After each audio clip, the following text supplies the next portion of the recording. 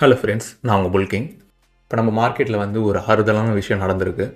என்னென்னா மார்க்கெட் கொஞ்சம் புல்லிஷில் முடிஞ்சிருக்கு இன்றைக்கி. ப்ரீவியஸ் டேவை விட இன்றைக்கி பார்த்திங்கன்னா ஒரு 200+ பாயிண்ட்ஸ் வந்து புல்லிஷில் முடிஞ்சிருக்கு. இப்போ வந்து நம்ம 1 ஹவர் சார்ட் பார்த்துட்டு நெக்ஸ்ட்டு வந்து 15 மினிட்ஸ் பார்ப்போம். ஏன்னா 1 ஹவர் கொஞ்சம் பார்த்திங்கன்னா கொஞ்சம் கிளாரிட்டி கிடைக்கும் என்ன நடக்குது மார்க்கெட்னு சொல்லிட்டு.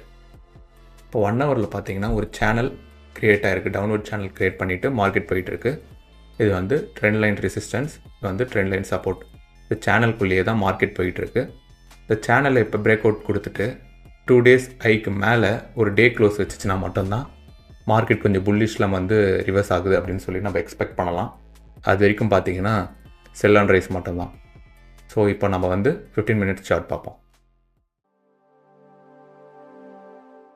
நாளைக்கான இன்ட்ராடே செட்டப்பில் ஸ்ட்ராங் ரேஸ் வந்து 237702 23710.